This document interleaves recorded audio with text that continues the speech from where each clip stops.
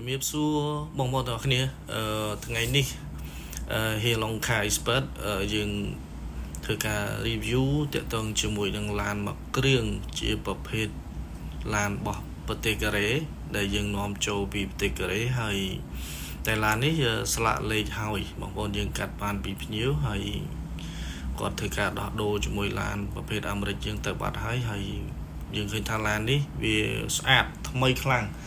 អញ្ចឹងក៏យើងកាត់ចូលក្នុងស្តុករបស់យើងមួយក៏បានរៀបចំបោកពូកលាងម៉ាស៊ីនស្អាតហើយតែប៉ុណ្ណឹងបូលាដាក់លក់បានអញ្ចឹងបងប្អូនអញ្ចឹងសម្រាប់បងប្អូនដែលត្រូវការប្រភេទ Kia Morning ឆ្នាំ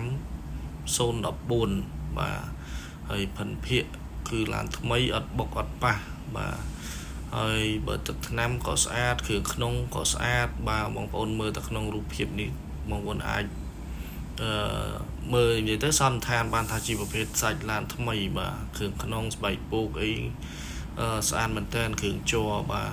ហើយឡាននេះជាប់មកជាមួយនឹងសម្បកកង់ថ្មីសាច់ថ្នាំសាច់ដែកក្លុកក្លៀតបាទហើយប្រភេទម្លុកកង់សកួរអីនេះគឺនៅថ្មីខ្លាំងមែនតើបងប្អូនគឺនៅកាវនៅភ្លីគ្រប់ជ្រុងជ្រោយរបស់គេតែម្ដងចឹងសម្រាប់បងប្អូនដែលមានតម្រូវការក្នុងការទិញដាច់បងរំលោះក៏បានដែរបងប្អូនណាហើយកំពុងតែស្វែងរកឡានថ្មីអត់ទាន់បានហើយយកទៅប្រើប្រាស់លក្ខណៈគ្រួសារបាទដឹកកូនដឹកចៅទៅរៀនទៅសូត្រនឹងបានណាហើយប្លុកម៉ាស៊ីនរបស់គេបងប្អូនឃើញហើយនេះសាច់ដែកបាទគឺថ្មីមែនតើក្បាលបងក្បាលអីហ្នឹងហើយខ្ចៅខ្ចងប្លុកម៉ាស៊ីនគឺយើងអត់មានធ្វើការម៉ាស្សាអីរៀបចំ